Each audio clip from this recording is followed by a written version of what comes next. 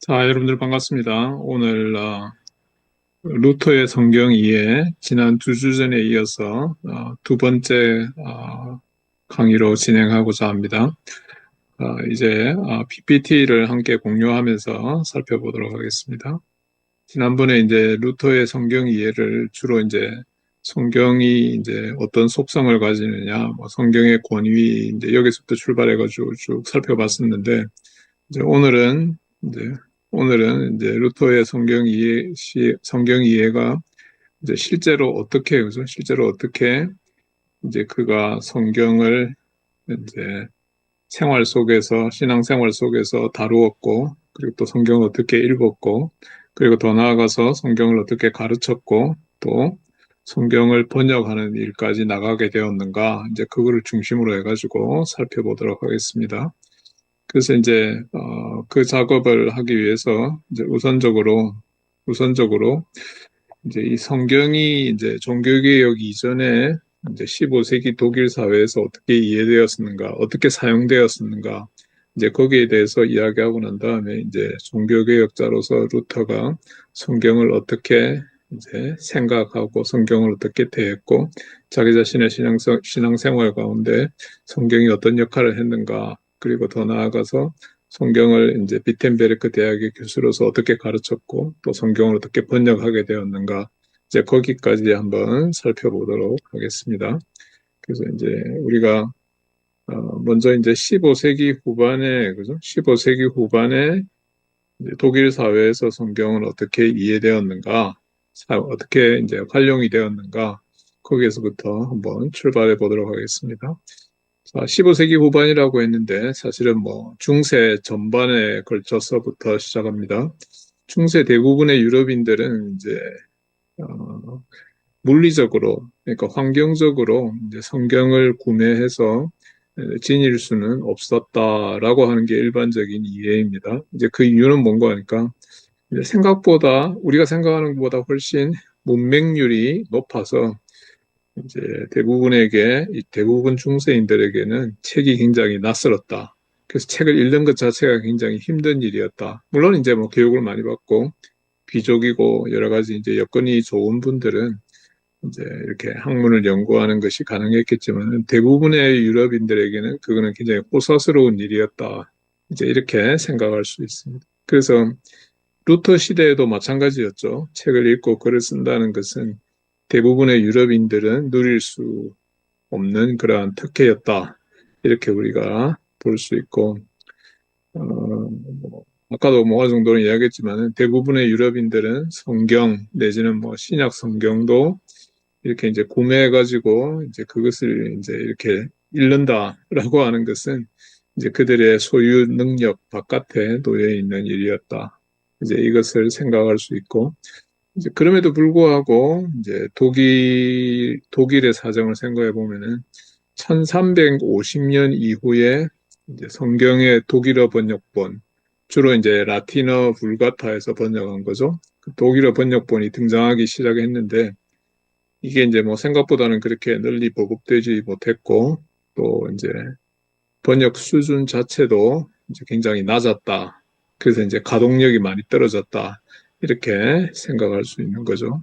그런데 이제 교회 지도자들, 이제 당시에 이제 중세 로마 카톨릭의 지도자들, 사제들은 일반 성도들이 꼭 성경을 읽어야 할 필요가 있는가?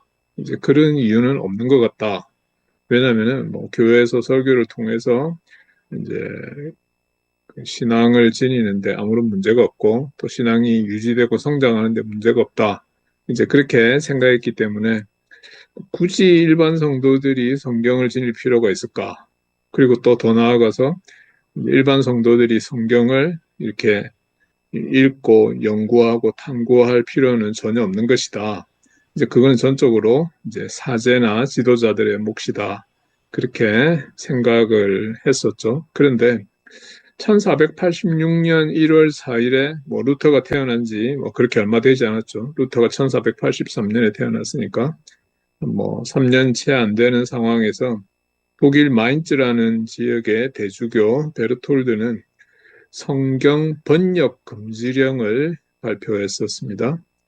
여기 이제 카이즈베르크의 요하네스 가일러가 한 말인데, 어린이들이 스스로 빵을 자르기 위해서 칼을 쥐는 것이 위험한 것처럼 하나님의 빵을 지니고 있는 성경은 반드시 이에 대한 지식과 경험을 지닌 자들에 의해서 다루어져야 되고 읽어져야 되고 해설되어야 한다. 그래서 교회 지도자들, 사제들만 성경을 읽을 수 있다. 일반인들이 성경을 읽는 것은 이제 굉장히 위험한 일이다. 이렇게 이야기했던 거죠. 이제 그런데, 그죠? 그런데 또 조금 더 사정을 자세히 들여다보면은 대부분의 이제 당시 성직자들, 사제들은 이제 일반 성도들이 성경이 없이 성경 지식이 너무 없는 상태이기 때문에 이제 이분들도 이제 성경에 대한 지식이 상당히 부족한 상황이었죠. 이제 그런 상황에서 이제 설교를 해야 하는 안타까운 상황에 놓여 있었다. 정말 그죠? 정말 힘든 상황이었다라고 우리가 볼 수 있는 것 같습니다.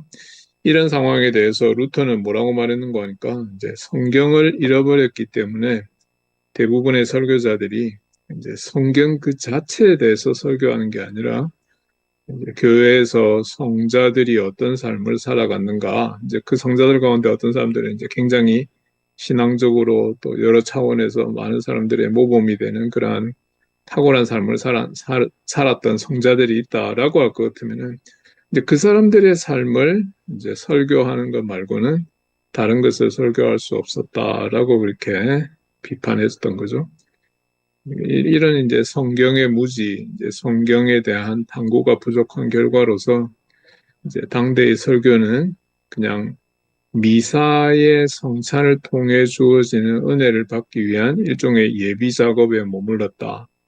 정말 안타까운 일이죠. 이제 개신교는 사실은 이제 하나님 말씀을 전하고 성경에 나타난 하나님의 가르침을 전하는 것이 가장 주된 것인 반면에 중세 로마 가톨릭 교회는 미사를 통해 가지고 하나님의 신비로운 은혜가 주어진다. 그게 이제 가장 중요한 것이었죠. 근데 그 점에 있어서 이제 루터하고 이제 중세 로마 가톨릭 교회는 이제 이 성경관에 있어서 결정적인 차이가 있었다. 이렇게 우리가 볼 수가 있을 것 같습니다. 자, 두 번째 단락으로 넘어가겠습니다. 이제 두 번째 단락은 루터의 유년 시절에 루터가 성경을 어떻게 이제 대했는가. 이제 그 부분을 살펴보겠습니다. 그 이제 앞에 백그라운드가 15세기 후반 독일 사회에서 성경은 사실은 대부분의 사람들은 성경을 이제 보지도 못했고 읽지도 못했고 잘 알지 못하는 그런 상황이었는데, 그러면 루터가 15세기 후반에 태어나가지고 이제 이렇게 자라났는데, 루터는 성경을 어떻게 접하게 되고, 성경을 어떻게, 그죠? 성경을 어떻게 이제 읽게 되고, 이제 이런 부분들에 대해서 두 번째 단락에서 한번 살펴보겠습니다. 루터의 어린 시절에 이제 대부분의 뭐 다른 사람들과 마찬가지로 그의 가정이 이제 성경을 지니고 있었다. 그 집에 성경이 있었다라고 하는 이제 어떤 단적인 증거를 발견하기는 상당히 어렵다라고 하는 거죠. 이제 그런데 루터의 한때 제자이었고 또 어린 시절에 루터하고 같은 집에서 기거했던 요하네스 마테지우스라고 하는 인물, 1504년에 태어나서 1565년에 태어났습니다. 이제 근데 이제 이분은 이렇게 이제 출생 연도로만 보면은 루터보다는 뭐 20살, 21살 정도 적죠. 이제 이분의 사진을 제가 찾을 수 있어서 이분의, 그죠? 이분의 초상화를 여기에 제공합니다. 이제 그런데 이제 이분이 루터의 제자가 된 거죠. 나이 차이가 좀 나는데, 이제 그런데 이제 이분이 루터 전기를 썼었습니다.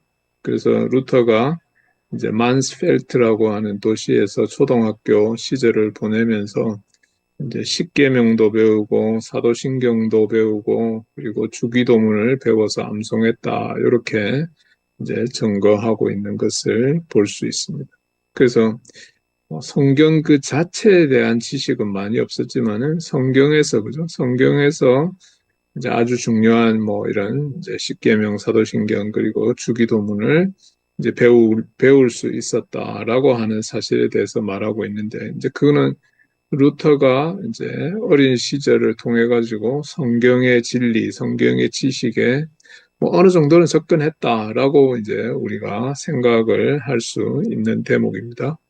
자, 루터가 14살이 되었을 때 이제 그는 이제 만스펠트가 아니고 마크데부르크라고 하는 곳에서 이제 공동생활형제단, 그죠? 이거 이제 원래 이제 네덜란드 지역의 데벤타 거기서부터 출발했는데 이게 이제 뭐 남쪽으로 이제 프랑스 쪽으로도 내려오고 그리고 이제 동쪽으로 독일 쪽으로도 퍼져가게 되는 이제 굉장히 이제 중세 후기 내지는 중세 말기에 이제 굉장한 영성 운동을 일으켰던 게 공동생활 형제단인데 나중에 이제 뭐 칼빈도 그죠? 칼빈도 이 공동생활 형제단에서 생활한 적이 있는데 루터도 이 공동생활 형제단에서 수도원 생활을 시작했던 거죠. 그 이제 수도원에 가서 생활을 하게 되면서 이제 루터는 성경을 읽기 시작하고 또 성경 읽기에 근거해서 이제 기도하고 이제 그런 식으로 이제 영성을 배우고 영성을 익히고 실천할 수 있게 되었다. 그래서 이제 이 수도원 생활이 루터가 성경을 어떻게 보면 이제 처음 접하게 되고 성경 읽는 게 중요하다. 또 성경을 읽고 난 다음에 그 성경 말씀에 근거해서 이제 기도하는 것을 배우게 되었다라고 하는 거죠. 그리고 이제 마크테부르크라고 하는 것을 떠나가지고 아이제나흐는 원래 이제 루터가 출생한 곳이죠. 또 루터가 사망한 곳이기도 한데 이제 거기에서 요하네스 브라운이라는 분, 이분은 제가 사진을 못 찾아가지고 사진을 올리지는 못했습니다. 1450년에서부터 1516년까지 살았던 분인데 루터보다도 뭐 한 30살 이상 많은 분이죠. 근데 이제 이분을 통해서 이제 성경을 그냥 읽는 정도가 아니라 이제 성경의 의미가 무엇인지 성경에서 하나님이 뜻하는 바가 무엇이고 성경을 통해서 우리가 어떻게 하면 하나님을 기쁘시게 해드릴 수 있고 뭐 여러 가지 이제 좀 더 교리적인 지식, 교리적이고 실천적인 그러한 지식을 추구하게 되는 것을 이 브라운이라고 하는 분을 통해서 배우게 되었다. 이 사실이 알려져 있습니다. 그리고 이제 1501년이죠. 1501년은 이제 루터가 18살이 되는 해였죠. 그래서 이제 그때 이제 루터도 이제 다른 사람들과 마찬가지로 이제 뭐 대학에 에르푸트라고 하는 이제 곳에 대학에 진학하게 되었는데 이제 이 대학에 진학하게 되면서 뭐 이제 대학의 여러 스승들 그리고 또 대학에 함께 또 진학한 여러 친구들, 동료들을 통해 가지고 이제 성경에 대한 그 경외감 내지는 뭐 사랑이 한층 더 이렇게 높아지고 심화되었다. 그래서 그렇게 전기에서 말하고 있는 것을 볼 수 있습니다. 그죠? 마테지우스의 전기에서 말하고 있는 것을 볼 수 있고, 그리고 이제 대학에 진학해서 이제 아우구스티누스 수도원에서 이제 지나게 되었는데, 이제 거기에서는 그 수도사들이 이렇게 이제 돌아가면서 정기적으로 성경을 낭독하는 시간이 있었죠. 이제 그거는 이제 1287년에 이제 세워진 이제 수도원 규칙에 의해서 수도원의 이제 수사들은 매일, 그죠? 매일 성경을 낭독한다라고 하는 것이 이제 그런 룰이 정해졌기 때문이었죠. 그래서 이제 루터가 그걸 통해 가지고 이제 수도원 공동생활을 하면서 이제 성경을 읽고 성경을 듣고 하는 것이 이제 이렇게 이제 자기 삶의 패턴 가운데 하나로 자리를 잡게 되었다. 이제 이것을 우리가 생각할 수 있습니다. 그래서 성경을 근면하게 읽고 또 이 거룩한 책이 사력 있게 낭독되는 것을 이제 듣고 상세하게 연구하라라고 하는 이 모토, 이게 이제 1287년에 제정된 수도원 규칙에서 나오는 거죠. 이제 그런 모토에 따라서, 그런 룰에 따라서 이제 성경을 더욱 사랑하고 또 성경을 체계적으로 대하고 성경을 더 깊이 있게 읽고 또 열정적으로 이제 읽게 되었다. 그야말로 이제 루터가 성경의 사람으로, 그죠? The Man of Bible로 이제 바뀌어져 가는 그러한 모습을 우리가 여기에서 확인을 할 수 있는 것입니다. 이제 그러다가, 그죠? 그러다가 이제 마침내 루터는 이제 개인 소장용으로서의 이제 붉은색 가죽으로 된 라틴어 성경, 그 당시에는 불가타라고 불렀죠. 지금은 이제 뭐 영어로 월게이트 그렇게 부르는데, 라틴어 성경을 vulgata라고 부르는데, 이 vulgata라고 하는 이 단어는 원래 라틴어로 대중적인, 통속적인 그런 말이죠. 그래서 이제 교부들 가운데 제롬이라고 하는 분, 히에로니무스라고 하는 분이 이제 성경을 이제 원어인 히브리어와 헬라어로부터 라틴어로 번역을 하게 되어서 이제 그 당시에 히브리어와 헬라어를 알지 못하는 사람들도 이 성경을 읽을 수 있게 이제 되었다. 그래서 통속적인 언어인 라틴어로 번역이 되었다라고 해서 불가타 그렇게 부르게 되는데, 이제 이 성경을 루터가 이제 개인적으로 소장을 하게 된 거죠. 그러니까 이제 루터가 얼마나 좋았을까, 얼마나 이걸 갖다가 이제 뿌듯하게 생각했을까라고 하는 걸 우리가 여기에서 생각해 볼 수 있는데, 이제 그 결과로서 루터는 이제 이게 이제 자기 손에 쥐어지고 자기가 이걸 이제 개인적으로 지니게 되니까 더 성경을 열심히 읽게 되고 더 성경에 이제 탐닉하게 되었다라고 하는 사실을 우리가 여기에서 이제 자연스럽게 생각을 할 수가 있는 부분입니다.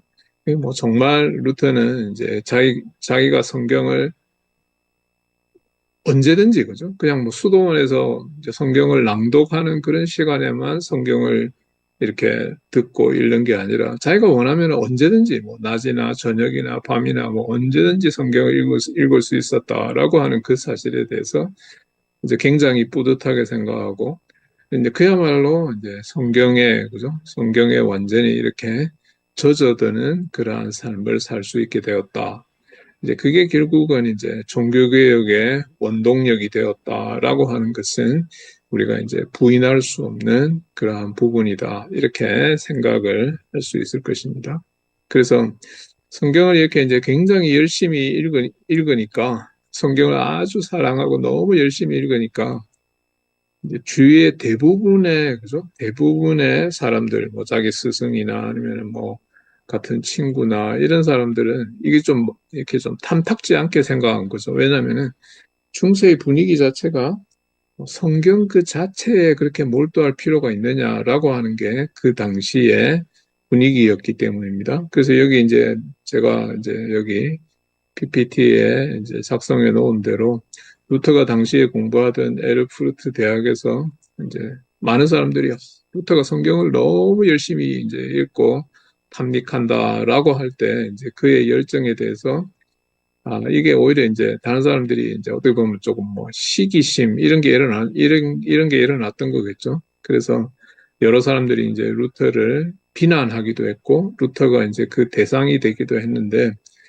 이제 대신에 이제 뭐라고 이야기하는 거니까 성경은 굉장히 이제 조악한 그러한 이제 책 아니냐. 그거 말고 학문적으로 굉장히 세련되고 스콜라적인 그러한 글들을 읽고 연구하는 게 대학에서 당연히 해야 되는 거 아니냐.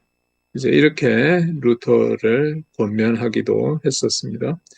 그래서 이제 어떤 경우가 발생하게 되었는가 하니까, 루터가 너무 성경을 열심히 읽으니까 그의 수도원 친구들이 이제 루터의 성경을 빼앗아 버리는 적도 있었던 거죠.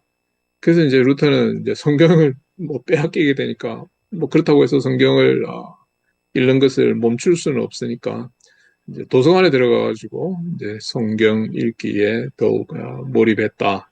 이제 이런 것도 이제 루터의 전기에 나오게 됩니다. 그런데 루터를 제외한 이제 대부분의 이제 수도사들 그리고 이제 대학생들은 물론 뭐 신학을 공부하지만은 이제 성경 그 자체는 너무 좀 이렇게 세련되지 못하고 조악하기 때문에 성경 자체보다는 성경의 진리를 이렇게 잘 요약하고 축약해 놓은 교부들의 저작들을 더 열심히 읽어야 된다. 이거를 이제 본격적으로 읽고 이거를 탐구하고 연구해야 된다. 이렇게 루터에게 설명했는데, 그 이유는 제가 말씀드린 대로 성경은 상당히 좀 혼란스러운 책이 아니냐. 성경이 좀 너무 조악한 책이 아니냐. 이제 논리적으로, 이성적으로 생각해 보면 성경이 과연 우리에게 이제 어떤 그런 교리적인 가르침을 줄 수 있을까?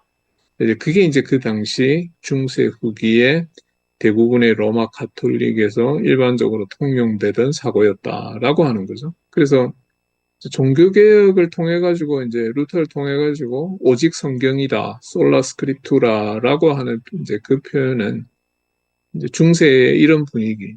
그러니까 이제 성경은 그 자체로서 그죠? 그 자체로서 상당히 혼란스럽고 조악한 책이다.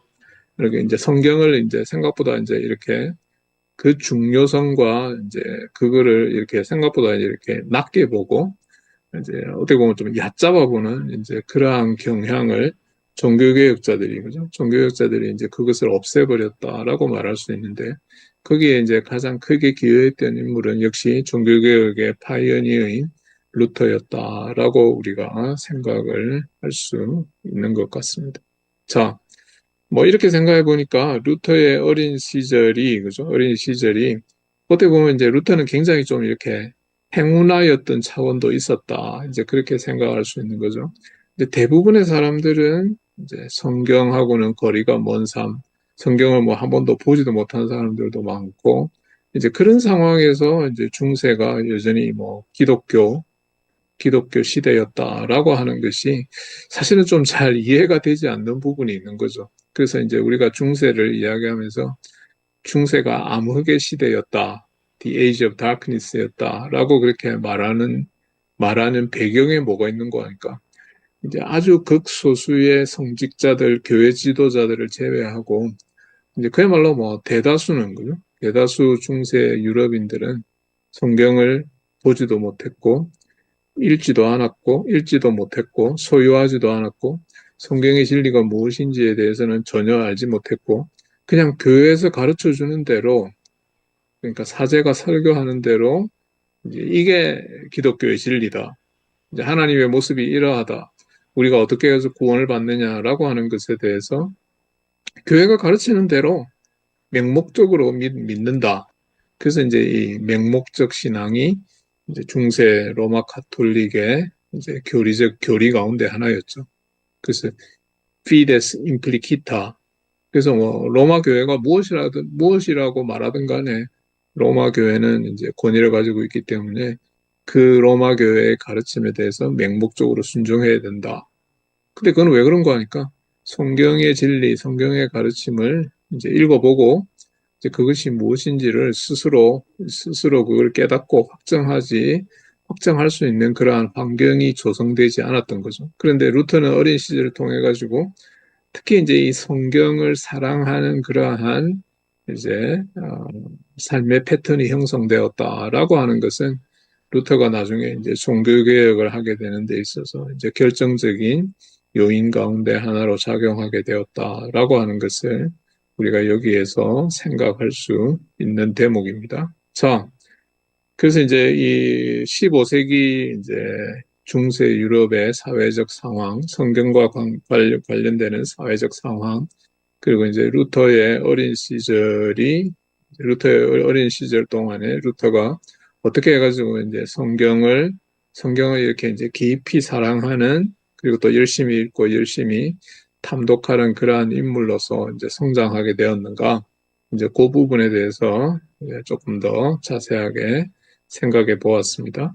자, 이제 세 번째로 곧바로 들어가도록 하겠습니다. 세 번째는 이제 성경 교수로서의 루터입니다. 이제 루터가 이제 생긴 지 얼마 되지 않은 비텐베르크 대학에서 거의 평생을 보내면서 이제 거기에서 이제 신학 교수로서 활동을 했었는데 이제 루터는 처음에는 이제 앞에서 말씀드린 대로 이제 18살 때부터 이제 에르푸르트 대학에서 이제 이렇게 공부하면서 그리고 이제 뭐 수도원에서 또 계속해서 지내면서 이제 자기 자신의 이제 삶을 이어나갔는데 비텐베르크 대학은 이제 생긴 지가 그렇게 오래된 대학은 아니었죠. 1502년에 처음 생겨난 대학이었습니다.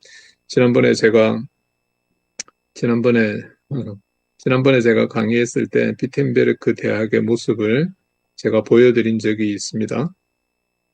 이건 비텐베르크 시내지도이고 이게 루터의 도시 비텐베르크 그리고 비텐베르크 대학인데 이제 이게 이제 비텐베르크라고 하는 도시죠. 뭐 조그마한 도시죠. 상당히 작은 도시인데 이게 이제 베를린에서 지금 차로 가면 한 남서쪽으로 한 30분, 40분 정도 걸리는 곳입니다.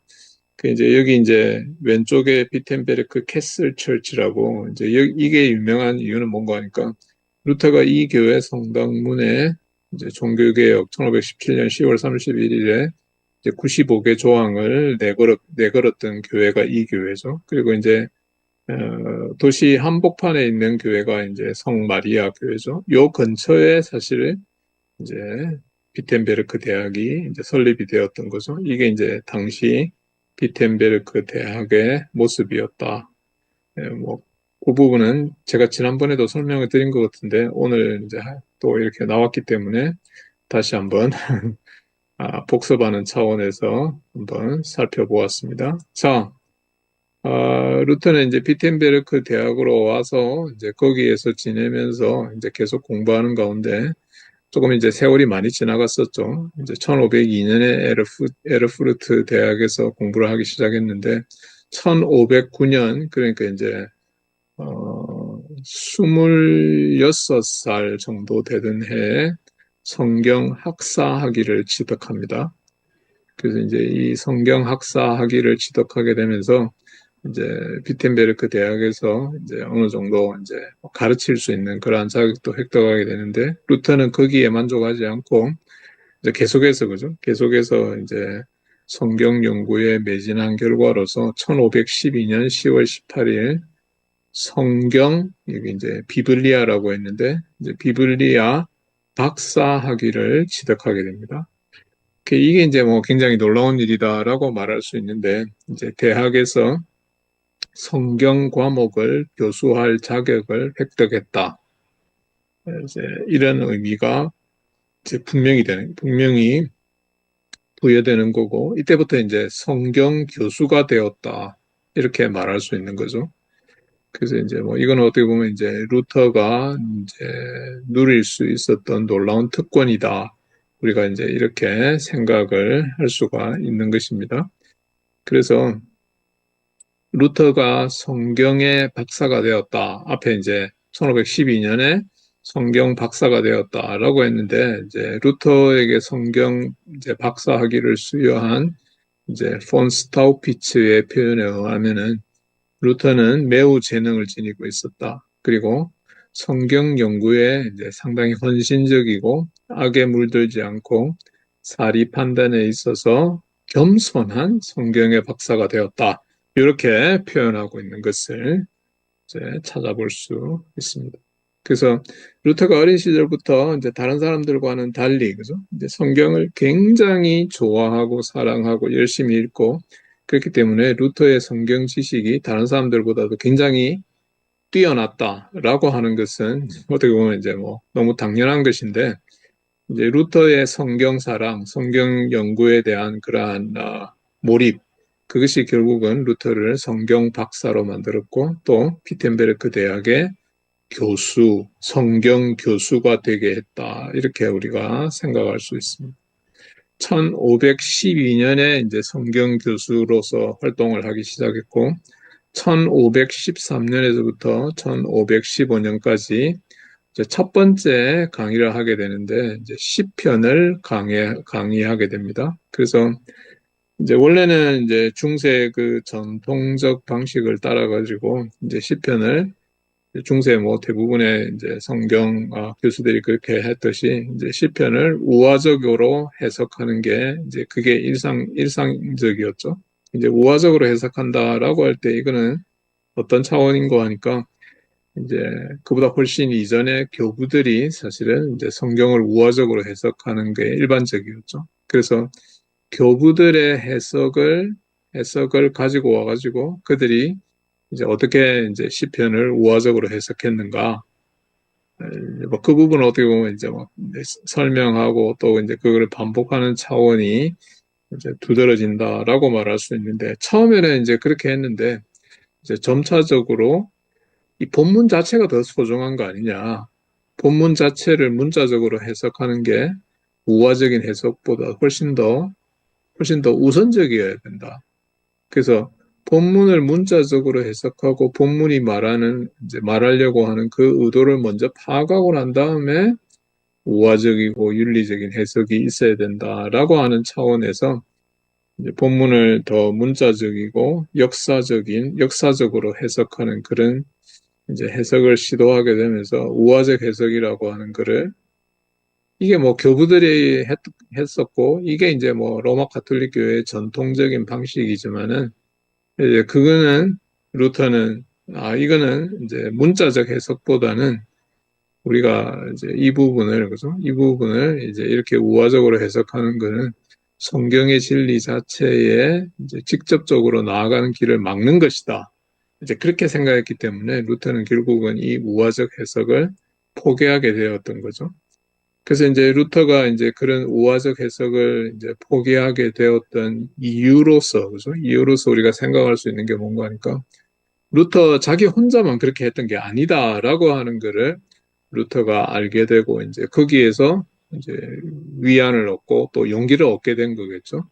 그래서 이제 중세에 이제 여러 신학자들이 이제 그런 주장을 한 사람들이 있다라고 하는 것을 루터가 깨닫게 된 거죠. 세인 빅터 리차드라는 분, 이제 이분의 그죠? 이분의 모습이 약간 좀 찾기는 힘듭니다. 그죠? 이분은 언제 태어났는지 뭐 명확하지는 않고 1173년까지 살았던 분입니다. 이분의 이제 초상화라 그러기는 그렇고 이제 이분의 모습을 이제 그려 놓은 것을 우리가 여기에서 이제 제가 찾아보니까 이제 이런 게 나오는데 뭐 어떻게 생겼다라고 하는 것을 이제 파악하기에는 조금 어려움이 있는 게 사실이죠. 근데 이제 이분이 이제 성경에 대해서 이제 뭐라고 이야기했는가 하니까 성경의 권위에 의해서 확정되지 않은 모든 진리는 의심되어야 한다.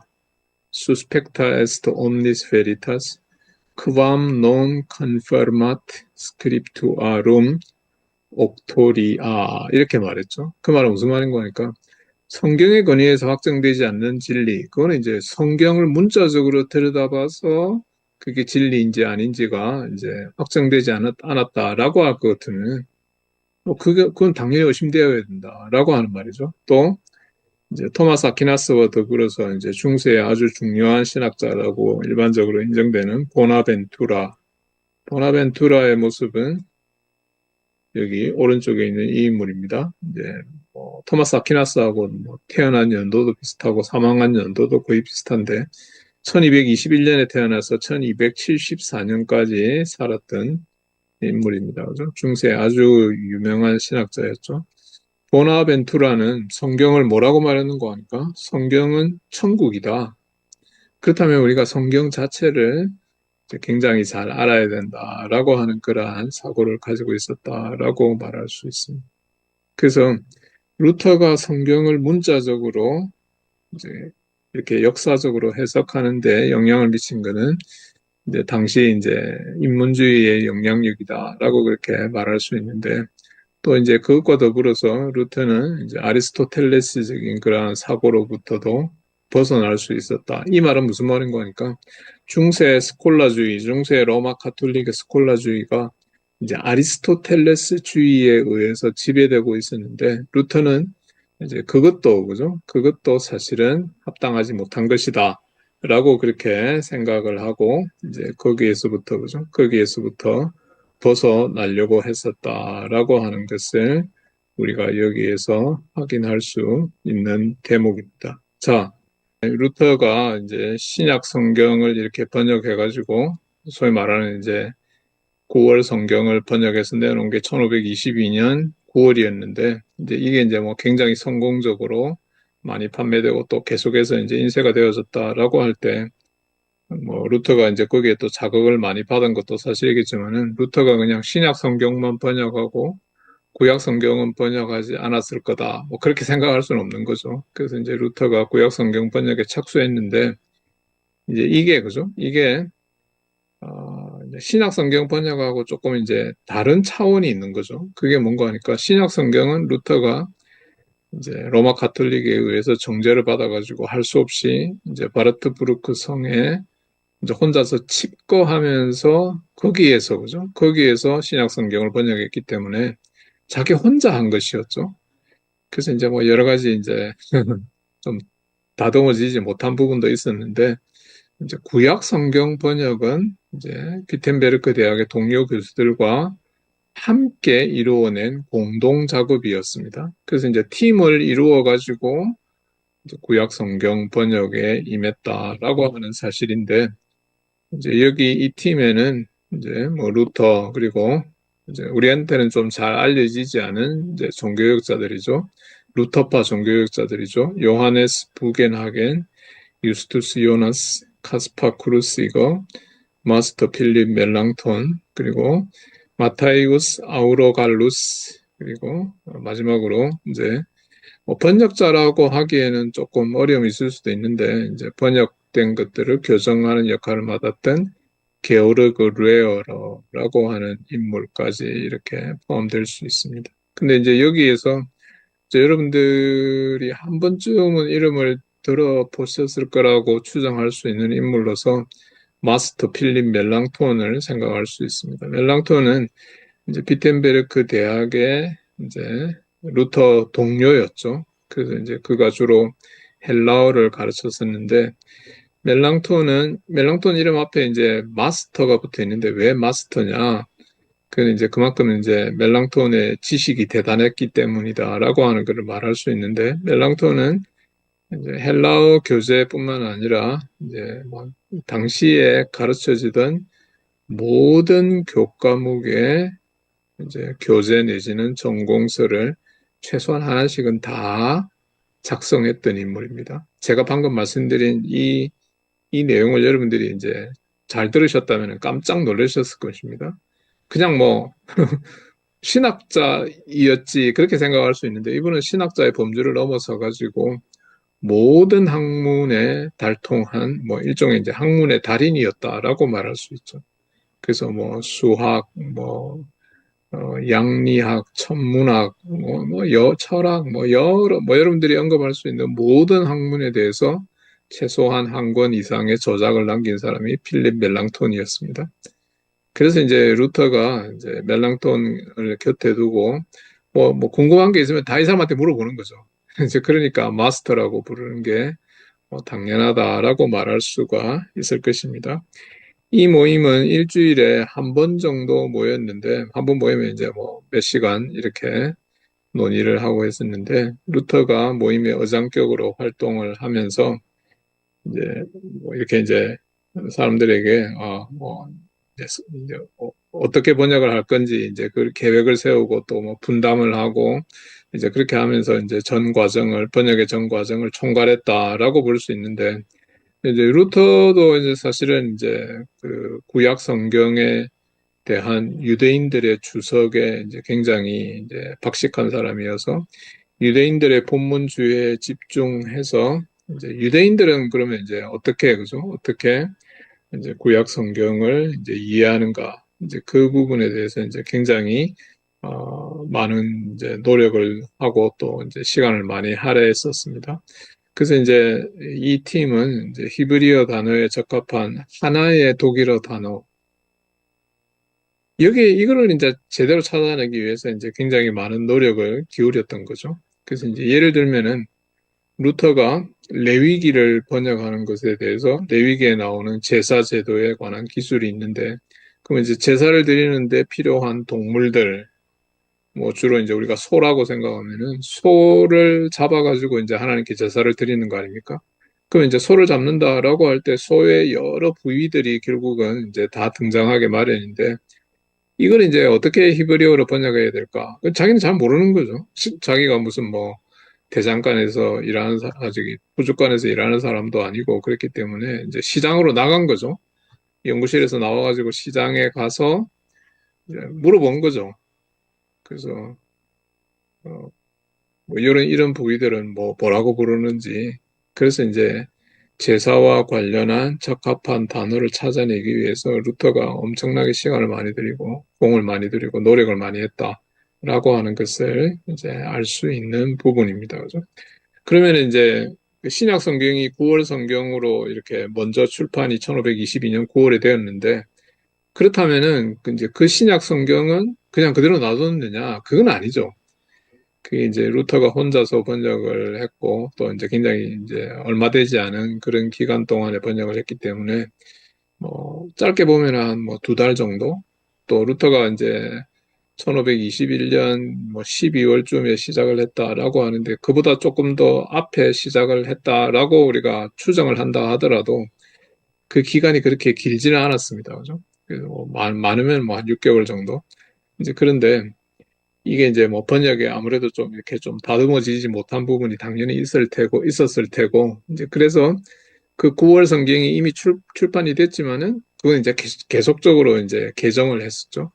그래서 이제 그죠? 여기 이제 신약 학자라고 할 수 있는 헬라어 이제 교수가 필립 멜랑톤인데, 필립 멜랑톤이 여기 포함된 이유는 이제 이 신약 성경이 루터가 번역한 거를 멜랑톤을 중심으로 해가지고 또 이제 계속해서 이제 개정하는 작업을 했었다라고 우리가 생각을 할 수가 있는 것입니다. 그래서 신약 성경은 이제 멜랑톤의 책임하에 이제 개정이 계속해서 시도가 되었었고, 구약 성경은 이제 뭐 이 팀원들이 이제 이렇게 맡아가지고 하는데, 구약 성경 가운데 특히 갈대어와 아람어는 카스파 크루시거라고 하는 이제 어, 루터의 동료 이제 구약학 교수가 주로 이제 맡아서 작업을 진행했었습니다. 그래서 이렇게 탄생하게 된 루터 성경의 특징, 이게 이제 여기 맨 밑에 있는 대로 1534년에 이제 출간되었는데, 이 성경은 이제 굉장히 쉬운 것이 특징이었습니다. 그리고 굉장히 자연스러운 번역. 그래서 이제 독자들이 이 성경을 읽으면은, 야, 이거 뭐 읽는데 이게 아무런 부담이 없다. 너무 이렇게 쉽고 자연스럽게 성경이 물 흐르듯이 흘러간다라고 하는 거죠.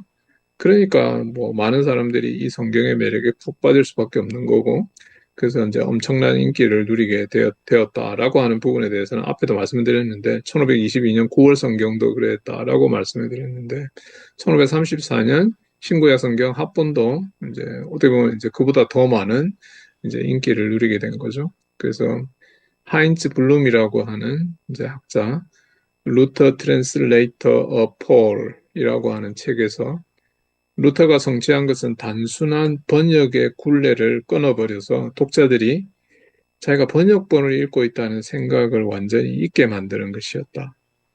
그래서 성경이 히브리어에서 헬라어에서 독일어로 번역됐다. 이제 그런 어색함을 전혀 느끼지 않도록 이 루터 성경이 이제 그렇게 공을 많이 들이고 노력을 많이 해서 만들어진 성경이었다라고 하는 거죠. 그래서 이제 이 루터의 번역은 살아있고 일상생활에 접목되는 자연스러운 독일어 표현을 찾아내는, 그야말로 뭐 고도로 예술적이고 발전되고 탁월한 번역이었다라고 우리가 평가할 수 있는 것입니다. 그래서 이제 이 번역이 이제 구약을 번역하고 신약을 개정하는 이 작업이 이제 굉장히 세월이 많이 걸렸겠죠. 우리가 생각할 수 있는데, 이제 추론할 수 있는 대로. 그래서 1522년 9월에 신약 성경이 번역돼 가지고 나왔고, 1534년, 그러니까 이제 10년이 훨씬 지난 기간이죠. 12년 정도 지나서 작업을 아주 오랫동안 한 끝에 이제 1534년에 드디어 신구약 다 합쳐서 이제 독일어 성경이 출간이 되어졌습니다. 그래서 이제 이 번역해서 출간된 이제 루터 성경 1534년이죠. 그래서 이제 이게 그 성경의 이제 안쪽 내지 첫 번째 부분입니다. 그래서 이제 주로 이제 타이틀이 나와 있는데, 이 타이틀을 이제 자세히 보면 이제 루터가 저자였다라고 하는 것을 말하고 있는 걸 볼 수 있는데, 이 성경이 소장되어 있는 곳은 루터 하우스입니다. 루터 하우스라는 말은 이제 루터가 이제 비텐베르크 대학의 교수로 있으면서 이제 살았던 기거했던 집이죠. 그 집이 이제는 뭐 거의 박물관처럼 그렇게 되었다. 그래서 루터 하우스다라고 그렇게 부르는 것을 볼 수 있습니다. 그래서 이제 루터가 비텐베르크 대학이 사실은 어디 있었는가 하니까 제가 지난 시간에 이제 여러분들에게 지도를 잠시 보여드린 적이 있는데 거기로 잠깐 돌아가 보겠습니다. 거기 이제 돌아가서 보면은 예, 이게 이제 비텐베르크 도시이죠. 비텐베르크 도시의 전경인데 왼쪽에 이제 비텐베르크 캐슬 철치라고 하는 게 여기가 우리가 이제 일반적으로 알고 있는 루터가 종교개혁을 1517년 10월 31일에 일으켰다라고 하는 곳이죠. 근데 이제 그 의미는 무슨 의미인가 하니까 이제 이 교회 이제 입구 문에다가 이제 95개 조항을 작성해가지고 이렇게 이제 포스트를 한 거죠. 이제 그걸 통해 가지고 이제 종교개혁이 시발되었다. 그래서 이제 이 교회를 이제 굉장히 중요한 교회로 또 대부분의 이제 관광객들도 이제 이 교회를 방문합니다. 그죠? 그런데 시내 한복판에 있는 교회는 여기 가운데 있는 이제 성마리아 교회입니다. 그래서 이 성마리아 교회 인근에 비텐베르크 대학이 이제 세워졌고, 그리고 이제 루터가 살던 곳도 여기에서 이제 그렇게 멀리 떨어지지 않은 곳이었습니다. 그죠? 제가 추정하기에 요 인근에 어디에 있지 않았나 싶은데, 이제 루터 하우스가 지금 여기에 있는 거죠. 그래서 이제 거기에 이제 루터 바이블이 소장이 되어 있다. 원본이 소장이 되어 있다. 이제 그렇게 생각을 그렇게 이제 우리가 볼 수 있고, 자, 성경 번역자로서 여기에서 루터의 번역에 나타난 두 가지 원칙이 있다. 이제 그거는 뭔가 하니까 그 이제 신구약 성경의 이제 여러 본문들 텍스트에 나타난 이제 여러 문장들이 이게 율법을 가리키는가 아니면은 복음을 가리키는가 이제 그거를 식별해서 만약에 율법을 가리킨다면 그거는 이제 하나님의 진노와 관계되는 거고 뭐 그게 복음을 가리킨다면은 하나님의 죄 용서의 은혜를 말하는 것인가 그걸 먼저 파악할 필요가 있다. 그 다음에 두 번째가 성경 본문의 모든 표현들을 잘 응집을 해서 잘 모아가지고 이 본문이 주장하는 바가 도대체 뭔가 라고 하는 것을 파악하되 가능하다면은 이 본문이 그리스도를 지칭하는가를 파악하고자 하는 원리입니다. 그죠? 그래서 이제 그리스도 중심적 성경 해석 내지는 성경 번역의 원리이다. 이렇게 생각할 수 있겠죠. 첫 번째 거는 이제 율법과 복음의 원리에 따라서 성경을 번역하는 부분이다. 이렇게 생각할 수 있는데 이제 여기에서 이제 우리가 생각해야 될 부분이 이제 루터가 물론 이제 성경 번역자인데 성경 번역자이기에 앞서서 루터는 책임 있는 신학자였다. 그 사실을 우리가 항상 잊지 말아야 된다. 그래서 이제 루터가 번역하는 데 있어서 이제 그 번역 자체도 사실은 하나님의 특별한 은혜이고 또 선물이었다. 이제 그 사실을 우리가 잊지 않아야 되고 예를 들면 이제 이런 거겠죠. 루터가 로마서 3장 28절을 사람이 율법 외에 오직 믿음으로 어렵다함을 얻는 줄 아노니 이렇게 이제 번역하고 있는데 이제 거기 오직이라고 하는 이 부사는 헬라어 원문에는 등장하지 않는 거죠. 솔라라고 하는 거죠. 독일어로 하면 알레인인데 알레인이라고 하는 이 부사는 원래 성경 원문에는 없는 건데 이제 루터가 이제 번역하면서 그걸 집어넣었기 때문에 많은 사람들이 루터가 이거 왜 집어넣었냐 그래서 이제 논란이 야기되었는데 그거는 이제 어떤 의미인가 하니까 이렇게 이제 오직이라고 하는 것을 삽입하는 것이 사도 바울의 원래 오더를 더 잘 표현하는 거다. 그렇기 때문에 원래 원문에는 없지만은 루터가 오직을 집어넣은 것이었습니다. 그게 이제 루터가 물론 번역자이지만은 이제 먼저 신학자였다라고 하는 사실을 방증하는 것이다라고 볼 수 있고 그다음에 이제 루터 바이블 그 자체로 한번 들어가 보겠습니다. 루터 바이블의 특징인데 이제 몇 개 남지 않았는데 PPT로 몇 개 남지 않았습니다. 이 성경의 인쇄자는 한스 루프트라는 인물이었고 그다음에 이제 이 성경이 여러분들 피 가지고 보시면 아시겠지만, 뭐, 그 당시 16세기 대부분의 이제 성경들도 그러했다라고 말할 수 있는데, 생각보다 좀 사파가 그림이 많이 들어있는 거죠.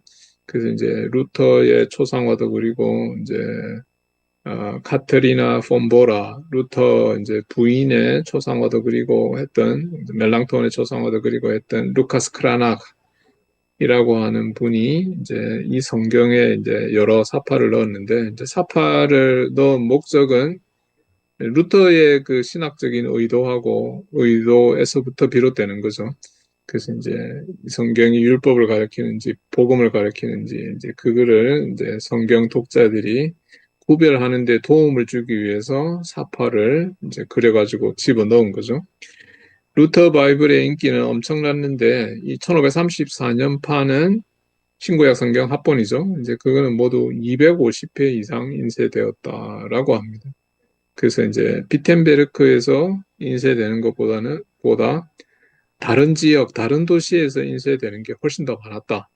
이렇게 루터 전기를 작성한 분들이 말하고 있는 것을 공통적으로 발견할 수 있고, 그러면 이제 이 루터 바이블은 이제 요즘식으로 이야기하면 일종의 스터디 바이블하고 유사한 것이겠죠. 그래서 이제 개별 성경 각 권 앞에 서문이 있어가지고 독자들에게 이 성경의 특징은 뭐고, 이 성경은 어떤 의도로 작성되었고, 누구에게 작성되었고, 어떤 줄거리가 있고, 뭐 이 성경은 어떻게 뭐 이렇게 우리가 이제 분석을 해서 이제 이야기할 수 있다. 이제 이런 거를 이제 서문에다가 먼저 이렇게 기록을 함으로써 성경을 읽는 독자들이 이제 이 성경을 더 잘 이해할 수 있도록, 그래서 이제 일종의 가동력 향상에 이제 이 서문이 도움을 제공했다. 이제 이렇게 생각을 할 수가 있는 거죠.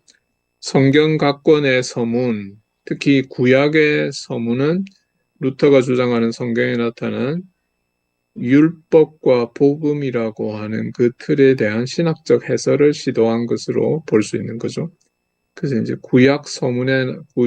이제 각 구약 성경의 서문에 나타난 그런 이제 시도가 이제 이걸 이제 율법과 복음이라고 하는 그러한 틀을 가지고 이 성경을 이제 해석하는 거죠. 그래서 구약은 율법, 신약은 복음이라는 도식이 이제 이 성경에, 루터 성경에 나타나 있는데 이것은 이제 굉장히 중요한 의미를 가지고 있는 거죠. 루터파 신학 전반에 있어서 이제 굉장한 해석학적 열쇠 내지는 키로 자리 잡게 되었던 거죠. 그래서 이제 루터파 신학자들은 이제 그 율법과 복음이라고 하는 주제가 어떻게 보면 이제 루터파 신학 전반에 걸쳐가지고 아주 중요하고 또 뭐 굉장히 빈번하게 등장하는 그러한 주제이기도 합니다. 그래서 이제 루터파 신학자들은 율법과 복음이라고 하는 주제로 단행본을 집필한 사람들이 이제 굉장히 많은 것을 우리가 볼 수가 있습니다. 그리고 뭐 아까 말씀드린 대로 이제 루카스 크라낙이 이제 이 성경에 사파를 많이 포함시켰다라고 했는데 그거는 뭐 우리가 금방 생각할 수 있는 대로 성경이 그러면 성경에 그림이 있다라고 하는 거는 성경에 뭐 스토리가 있든지 어떤 뭐 교리적인 가르침이 있든지 이제 그런 부분들을 독자들이 좀 더 쉽게 이해할 수 있도록 이제 도와주는 거죠. 이제 흥미를 유발시켜서 이제 그런 목적으로 이제 이 사파들이 포함이 되었다라고 말할 수 있는데 성경에 이제 뭐 그룹이라고 하는 천사들이 나타난다. 뭐 이사야에도 등장하고 그러는데 이제 그런 그룹이 어떤 천사들이었을까? 어떤 모습을 가지고 있었을까? 이제 사람들이 이제 상상을 해보기 마련인데 이제 그런 그림을 그려가지고 이제 사파를 거기에 그죠? 거기에 집어넣어서 이제 독자들에게 흥미를 유발하고 이제 도움을 주었다라고 하는 것을 생각해 볼 수 있습니다. 1522년 9월 성경에는 루카스 크라나흐가 요한계시록을 중심으로 21개 정도의 사파를 그려 넣었고 1534년 이제 구약 성경에는 모두 117개의 그림이 포함되었습니다.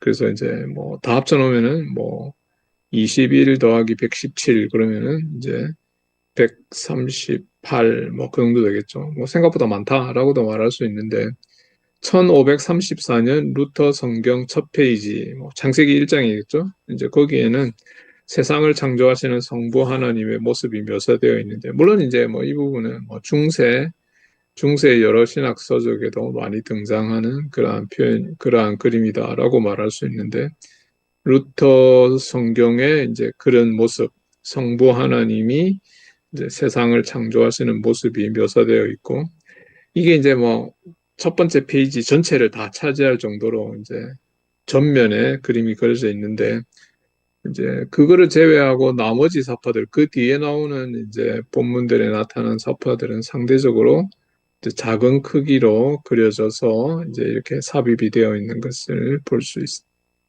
근데 이제 이 그림과 관련해 가지고 특이한 점은 뭔가 하니까 루터 성경 가운데 신약 성경은 물론 이제 요한계시록 중심으로는 이제 사파가 들어 있는데 복음서와 바울 서신에는 사파가 전혀 포함되어 있지 않았다라고 하는 게 특이하고 전체적으로 보면은 그죠? 이 성경 이 신구약 성경 합본 전체에는 성부 하나님을 묘사하는 그림이 19번, 그리고 예수 그리스도를 묘사하는 그림이 11번 이렇게 들어있는 것을 볼 수 있습니다. 성경이 독일의 많은 가정에 보급됨에 따라서 이게 이제 많은 사람들이 이제 이 성경을 읽게 되니까 설교자는 설교를 준비하고 이제 설교를 프레젠테이션 하는 데 있어서 이제 설교 듣는 사람이 성경을 전혀 모른다라고 생각을 하게 되면은 설교하는 게 굉장히 힘들고 어려운 거죠. 근데 이제 설교를 듣는 사람이 성경의 내용을 많이 알고 있다라고 생각하면은 설교하기가 그만큼 이제 그 중압감 이런 게 이제 좀 사라지는 거죠. 그래서 이제 설교를 하는 데 있어서 이제 투자해야 할 노력과 시간이 상대적으로 경감되기 시작했다. 이거는 이제 장점도 있고 단점도 있는 것이다라고 생각할 수 있는데, 루터는 설교를 듣는 회중이 올바르게 설교를 듣는 것의 중요성을 강조했던 거죠. 그래서 어떻게 설교를 제대로 들을 수 있느냐? 먼저 성경을 알아야 된다. 그렇기 때문에 모든 사람이 성경을 읽을 수 있도록 이제 라틴어로 되어 있는 불가타를 독일어로 번역하는 게 필수적이었다. 이렇게 루터가 생각을 했던 것을 볼 수 있습니다. 그래서 종교개혁이 결국은, 그죠? 결국은 일반 성도들에게 성경을 되돌려 주었던 거죠.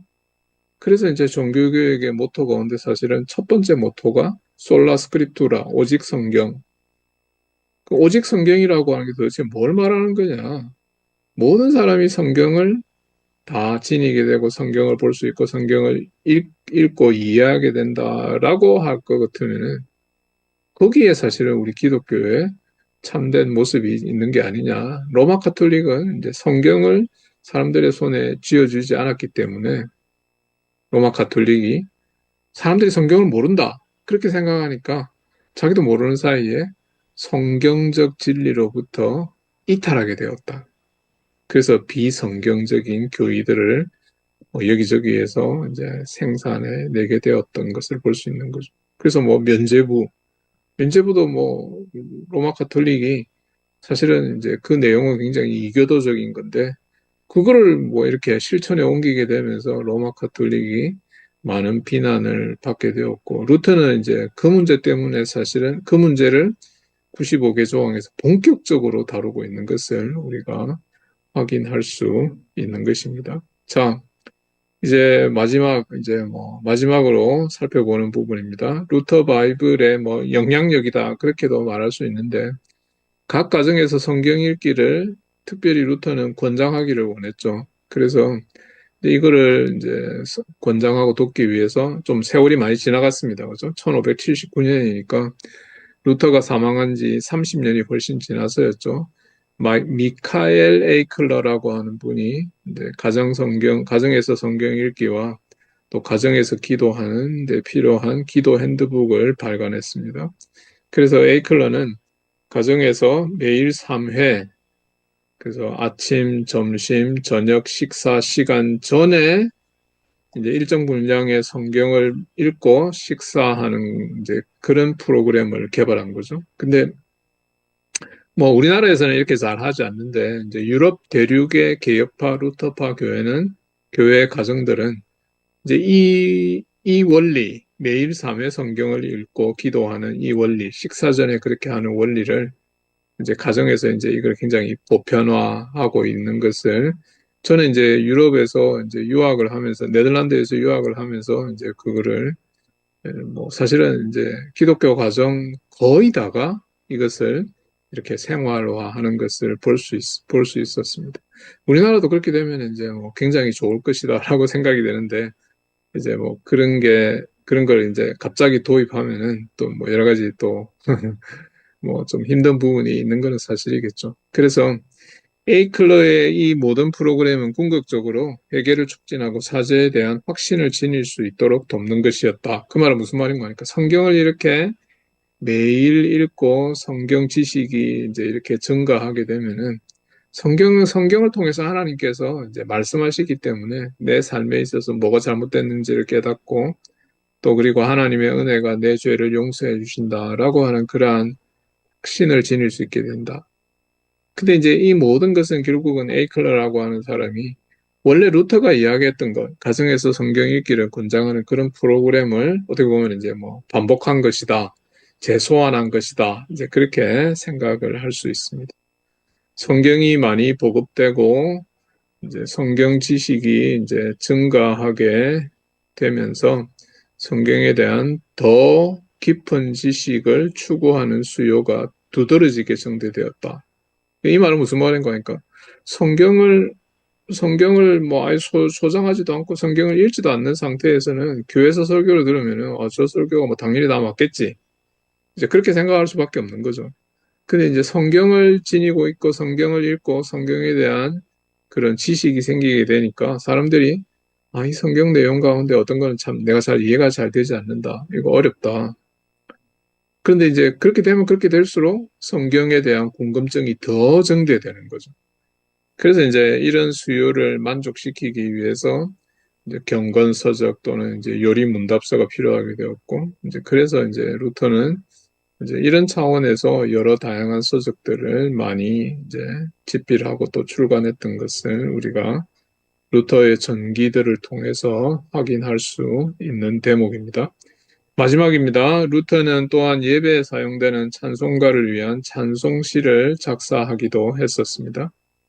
37편의 찬송시를 루터가 작사했는데 그 찬송시라고 하는 게 찬송가로 불리워지는데 그 찬송시가 사실은 성경의 본문, 성경의 내용을 기반으로 해가지고 이제 만들어졌기 때문에 서로 성경을 잘 모르는 사람이라도 이 찬송시를 계속해서 듣고 부르다 보면은 자연스럽게 이제 성경의 내용이 뭔가를 이렇게 더 잘 알게 된다. 그래서 이제 성경 지식을 함양하기 위한 목적으로 이 찬송시를 루터가 많이 작사를 했고 또 이제 그렇게 많이 권장을 했다라고 하는 거죠.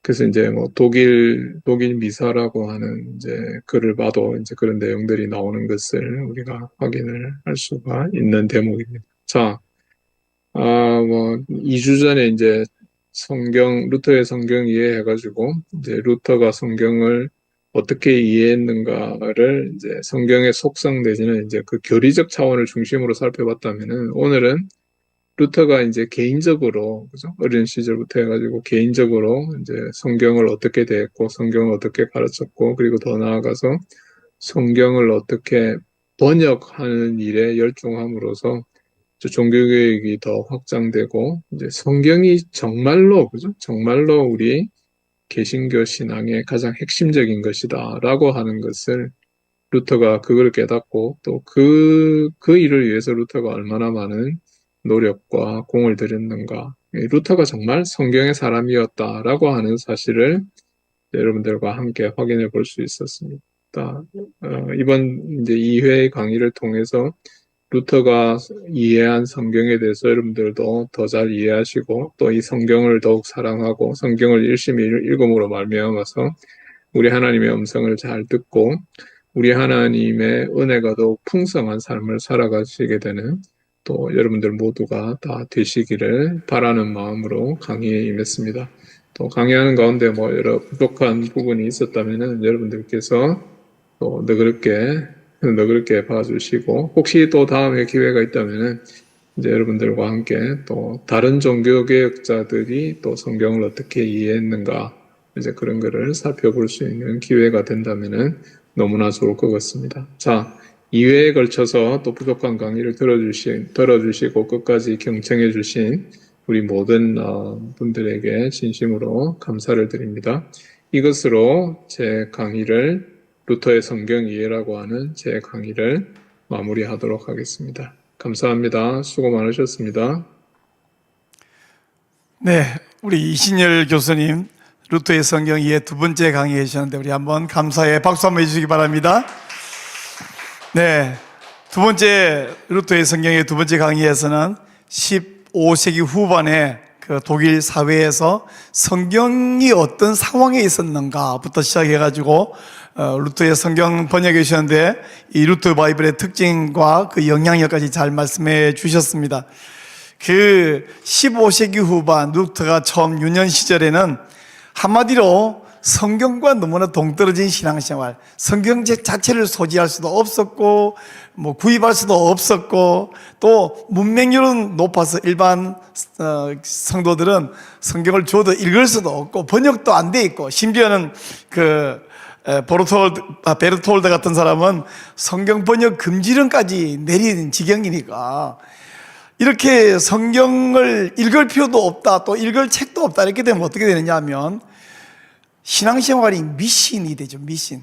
그래서 자기 속이 옳은 대로 갈 수밖에 없는 그런 상황이었습니다. 근데 그때는 성경이 없었고 읽을 수가 없었고 읽지도 못하게 했기 때문에 성경이 무지했고 신앙생활이 미신이 되었다 한다면 오늘날은 성경책이 너무 많아가지고 오히려 또 읽을 책이 너무 많아갖고 스마트폰만 보지 성경책도 안 보는 상황이 되어서 스스로가 미신 종교를 만들어가고 있지 않는가 이런 생각이 듭니다.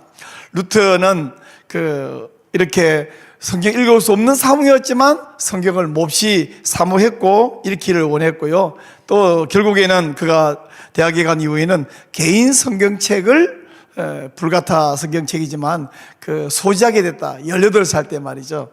엉뚱한 이야기입니다만은 제가 중학교 때 교회당에 굴러다니는 낡은 성경책 남의 거 이렇게 막 얻어보고 이러다가 18살에 알바해가지고 제 개인 성경책을 처음 구입했던 기억이 납니다. 얼마나 행복했었는지 그 성경책을 얼마나 사랑하고 그 품에 안고 다니고 읽었었던지 기억이 납니다.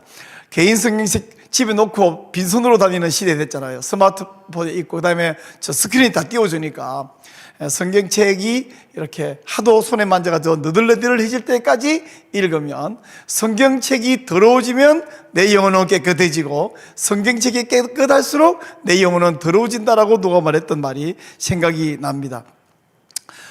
그 시대에 성경학사, 성경박사라는 것이 아마 처음에는 없었을 것 같은데 결국 루터는 성경 학사가 되고 성경 박사가 되고 또 시편을 강의하면서 그 전까지는 우화적인 해석 혹은 성경 말씀보다는 어떤 성자라는 사람들의 삶에 관한 것이 설교였다면 이제부터 성경 자체를 본문을 들여다보고 문자적으로 해석하고 역사적으로 해석하고 그래서 성경 자체를 들여다보는 이런 뛰어난 공헌을 했습니다. 그 시대 사람들은 그럼에도 불구하고 루터에게 성경은 조악한 책이고 성경은 상당히 혼란스러운 책인데 너 왜 성경만 읽니? 세련된 스콜라적인 책을 좀 읽어라. 어쩌면 이 시대랑 너무 똑같지 않습니까? 이 시대는 성경만 이야기하면 그건 결코 아카데믹하지 못하다. 그래서 아카데믹한 용어와 아카데믹한 인문학 개념을 끌고 와야만 학술적 가치가 있다고 그러고 학위를 주고 인정해주는 이런 시대였는데 우리 시대가 그런 상황을 뛰어넘기 어렵다고 해도 루터보다 어렵지는 않을 것이라고 생각이 듭니다. 루터가 정말 우리 루터의 성경의 첫 번째 강의에서도 그렇게 넣었겠지만 정말 이 사람은 성경을 사랑했고 또 성경을 지키는데 목숨을 걸었던 사람이다, 이런 생각이 들거든요. 우리가 지금 모든 성경의 신적 권위 수호 운동협회로 모였고 강의를 하고 강의를 듣고 있는데, 성경의 신적인 디바인 오소리티를 지키는 여기에 그냥 설렁설렁이 아니라 루터가 심혈을 기울였고 루터가 인생을 바친 것만큼만 된다고 하면 이 시대 우리 성경 지킬 수 있다는 생각이 듭니다. 루터가 이 성경을 너무너무 보급하고 싶어가지고 결국에는 찬송가를 작사를 했고, 그 찬송가는 노래 부르기 위해서라기보다는 성경의 지식을 함양하는 목적이었다고 하는데, 오늘날 그 찬송가보다도 CCM이 불러지고 CCM이 내용보다는 너무 감정에 치우치는, 요즘 일반 가요는 내용도 없는 비트만 남아있지 않나 싶던데 너무나 우리가 찬송가도 거기에 따라가는 경향이 있지 않나, 이런 생각이 들면서 성경교수, 성경교사들만이 아니라 이 찬양하시는 분, 찬양을 만드시는 분, 보급하고 인도하는 분들도 이런 부분에 좀 많이 관심을 가지고 좀 바로잡는 노력이 필요하겠다, 이런 생각이 많이 듭니다. 오늘 귀한 말씀을 들었는데요, 우리가 이 시간 한번 합심해서 좀 기도하면 좋겠습니다. 첫 번째는 하나님, 성경은 무시하고 이 시대적 세속을 따라가고 있는 이 상황 속에서 우리가 성경의 디바인 오소리티를 끝까지 지켜낼 수 있는 우리 한국교회 또 우리 성수협 되게 주시옵소서 우리 기도하고요. 또 우리가 성수협 월요일마다 하는 정기강론과 함께 목요일마다 하고 있는 우리 성경 순종, 성경 읽기, 성경을 유행에 따라 읽는 건 아니고 신학적 관점으로만 읽는 건 아니고 성경 자체에 순종하기 위해서 읽는 이 성경 순종, 성경 읽기와 예수님의 기도를 따라가는 이 하나님의 언약 산기도, 하은산 기도, 이 사역을 위해서 첫 번째 성수협, 성순성 그리고 하은산 사역을 위해서 기도해 주시기를 부탁합니다. 두 번째, 또 우리 성경을 수호할 뿐 아니라 이 거룩한 방파제 역할을 계속 잘 감당해야 되는데, 이를 위해서 몇 가지 기도 제목을 부탁드립니다. 우선은요, 당면한 과제로서 제주도지사가 추진하고 있는 제주 평화 인권 헌장, 이 추진이 반드시 무산되어야 되는데, 특별히 제주도에 있는 우리 성도들에게 좀 더 용기와 헌신을 주셔서 반드시 막아낼 수 있는 은혜를 허락해달라고 기도하고요.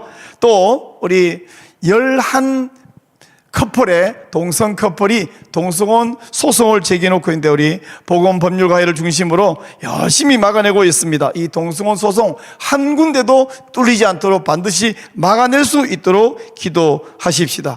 또 오늘날 퀴어 신학, 퀴어 뒤에 신학을 붙이는 말 자체가 성립이 안 됨에도 불구하고 퀴어 신학이 기승을 점점 부리는데, 이 퀴어 신학은 명백한 이단입니다. 퀴어 신학 이단이 사라지도록 기도하고요.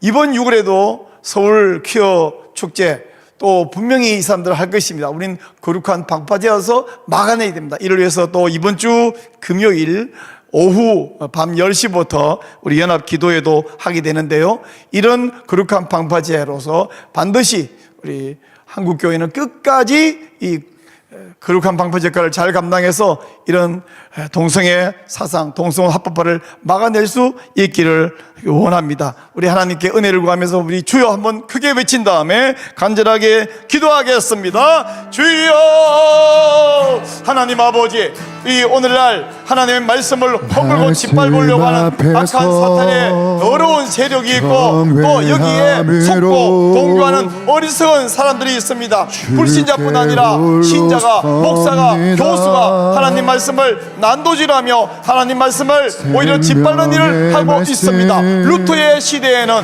성경이 없었고 성경책도 없었고 번역도 되지 않았고 문맹률이 높아서 읽지 못했지만, 오늘날은 너무 잡다한 것에 끌려가느라고 성경을 읽지 아니하며 너무 지식이 높아서 하나님 그 시대도 스콜라 철학, 인문학을 비교하고 요구했던 사람이 있었던 것처럼, 오늘날도 하나님 이 아카데믹한 책 읽는 것과 인문학 사상들에 대해서는 권위와 가치를 인정하며 성경 성경은 오히려 천황으로 취급하는 악한 자들이 있습니다. 하나님 말씀인 모든 성경, 우리 신적인 권위를 반드시 수호하는 우리 하나님 연합회 협회에 오셔서 우리에게 힘주시고 이 일에 함께하는 성도가 점점 많아지며 특별히 많은 목사와 교수들이 이 거룩한 운동에 동참할 수 있는 은혜를 허락하여 주시옵소서. 또 하나님 말씀에 순종하기 위해서 성경 순종 성경 읽기와 또 이 일을 감당하는 우리 조영길 장로님에게 은혜를 주시며 우리가 하나님 예수님의 본을 받아서 하나님의 언약을 믿고 산에서 기도하는 하원산 교회까지 복 주시며 우리가 말씀으로 돌아가며 하나님께로 나아가는 은혜를 허락해 주시기를 원하고 기도합니다. 또 하나님, 우리가 거룩한 방파제가 되어서 이 더럽고 악한 동성애 성전한 차별금지법 독재법을 막아내야겠습니다. 하나님, 제주 도지사가 추진하는 제주 평화인권 헌장을 반드시 막아내기를 원합니다. 제주도에 있는 성도들에게 목사들에게 더욱 용기를 주시고 힘을 주셔서 하나님, 이 제주 평화인권 헌장을 반드시 무산시킬 수 있는 은혜를 허락해 주옵소서. 또 하나는 11 동성 커플이 동성혼 합법화 소송을 제기하고 있고 우리는 수의 교회 성도들이 귀한 종들이 헌신하여 맡고 있습니다. 하나님 은혜해 주셔서 11건 한 건도 뚫리지 않도록 반드시 막아낼 수 있는 은혜를 허락해 주시기를 원합니다. 하나님 아버지, 교신하기라는 이단이 사라지게 도와주시옵소서. 하나님, 이번 여름에도 거룩한 방파제를 형성하여 악한 동성애 퀴어 축제 광란의 이 축제 잔치를 반드시 막아낼 수 있는 은혜를 주시고 이번 금요일에는 이를 위하여 간절히 기도하는 연합 기도회가 있습니다.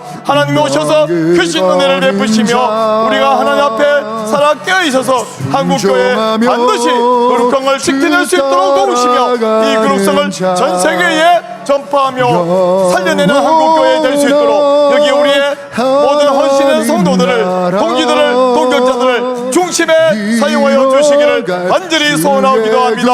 하나님 도우시고 주님 영광을 받아 주시옵소서. 하나님 감사합니다. 하나님 감사합니다. 오늘도 귀한 강의로 우리를 깨우쳐 주시되 성경이 우리의 생명을 다시 한번 확인해 주셔서 감사드리옵나이다. 루트의 시대에는 성경을 읽을 능력이 없었고 성경책이 없었지만 그는 정말 성경을 사랑하였고 결국은 성경 말씀으로 오직 성경으로 세상을 바로잡았습니다. 교회를 바로잡았습니다. 오늘날은 성경책이 손에 있고 굴러다니고 있지만 또 모두가 똑똑해서 책을 잘 읽지만 나머지 일에 집중하느라 치중하느라 성경을 등한히 하고 있고 오히려 스스로 미신 종교를 만들고 있는 이 시대에 하나님, 우리가 성경을 다시 부여잡고 또 성경에 순종하기 위하여 성경을 읽는 우리 모든 성도와 모든 동역자들이 될 수 있는 은혜를 허락하여 주옵소서. 하나님, 성경을 비평하며 성경을 짓밟는 사람들이 하나님께서 명백히 말씀하시는 것을 거부하고 동성애와 성전을 인정하는 동성애 독재법을 추진하고 있습니다. 이에 동조하는 퀴어 신학자들도 있습니다. 하나님, 우리가 간절히 기도합니다. 이 악한 동성애 독재법을 반드시 물리치고 막아내게 하여 주옵소서. 제주 평화인권 헌장 추진을 반드시 막으려고 무산되게 하여 주옵소서. 또 하나님, 11 동성 커플 소송을 반드시 막아낼 수 있게 하여 주옵소서. 이번 여름에도 저 악한 퀴어 축제 강단의 춤을 우리가 거룩한 방파제가 되어서 막아내고 이겨내게 하고 하는 영광 돌리게 하여 주옵소서. 예수님 이름으로 기도합나이다. 아멘. 여러분 감사합니다. 몇 가지 광고 말씀을 좀 드릴게요. 여러분 이 성수협 이 귀한 내용들을 우리만 알고 있으면 안 되는데요. 성수협 채널에 들어오시는 분이 많습니다. 근데 또 제한되어 있지 않습니까? 여러분이 운영하고 있는 채널들, 요즘은 교회만이 아니라 개인별로도 이 유튜브 채널을 많이 가지고 계시더라고요. 여러분이 운영하는 유튜브 채널에 이 성수협 강론을 올려주시면요, 우선 그 채널의 수준이 업그레이드 되고요, 이 영상 때문에 들어오셔서 또 구독자 수도 더 늘어나는 그런 좋은 결과도 있습니다. 그래서 채널을 여러분의 성수여 강의를 올리기를 원하시는 분은 지금 화면에 나가는 저 전화번호로 전화를 주시든지, 전화를 못 받으면 문자를 주시면 더 정확해요. 그래서 문자를 주셔서 채널 공유하기를 원합니다. 그러면 그분에게도 이 영상을 보내드려서 채널에 올릴 수 있도록 하겠습니다. 많은 동역자가 생겨나기를 부탁드립니다. 그리고 우리 성경 순종 성경 읽기 강론이 목요일마다 진행되고 있는데, 이번 주는 휴강을 하겠습니다. 대신에 금요일 저녁 밤 10시 우리 오사리 기도원에서 거룩한 방파제 연합 금요 기도회가 있거든요. 여기에 집중하십시다. 그래서 이번 주는 성경 순종 성경 읽기 강론도 또 우리 하나님의 언약 산 기도회도 쉬고 목요일 대신에 금요일 참여를 부탁드리겠습니다. 대신에 다음 주죠. 4월 10일인데요. 4월 10일에는 오후 4시에 우리 성경 순종 성경 읽기 강론도 있고, 이어서 8시 반에 우리 청계산에서 하나님 언약 산 기도도 있습니다. 여러분, 산 기도를 안 와보신 분은요, 왠지 모를 부담을 넘어 두려움조차 있어요. 그 깜깜한 산에 가서 어떻게 기도하나. 근데 그 말로 설명이 안 돼요. 와봐야 알아. 와보면 이게 세속적인 표현을 빌려도 될지 모르겠는데 살짝 중독성이라 그럴까요? 안 가면 이게 너무너무 아쉬워, 허전하고. 그래서 이번 주는 말고 다음 주 목요일에 동참해 주시고요. 여기 동참하실 분도 역시 연락 주시면 참여 안내해 드리도록 하겠습니다. 네, 오늘은 26회 우리 성수역 강론 있었고요. 다음 주 27회 강론에는 이명진 원장님께서 지난번에 한번 했습니다. 세속주의 성경관과 생명윤리 첫 번째 강의에서 너무 내용이 귀하고 좋았죠.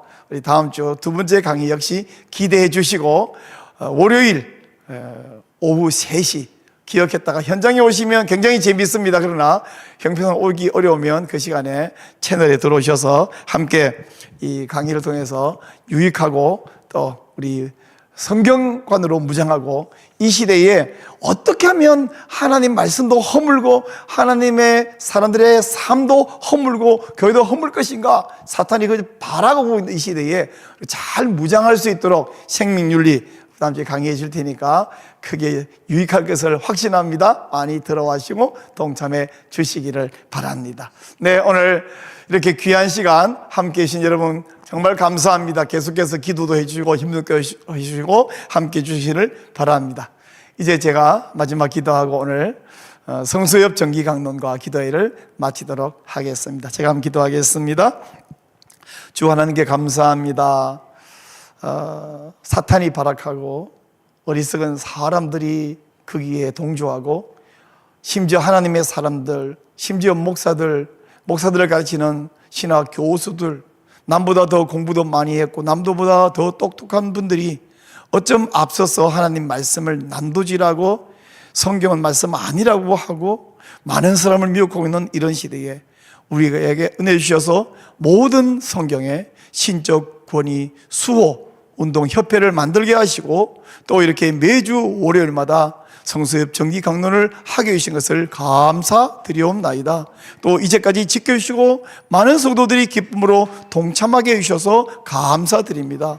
오늘도 하나님이 은혜를 주셨습니다. 하나님께 영광 돌려드립니다. 우리 현장에 와서 동참한 분들에게 큰 은혜를 베풀어 주시고, 채널에서 함께 동참한 모든 성도들에게도 복 내려 주시며, 이후에 더 많은 분들이 이 강의를 사모하여 와서 이 강의를 듣고 서로에게 공유해주고, 그래서 이 거룩한 운동이 펼쳐지게 하여 주시옵소서.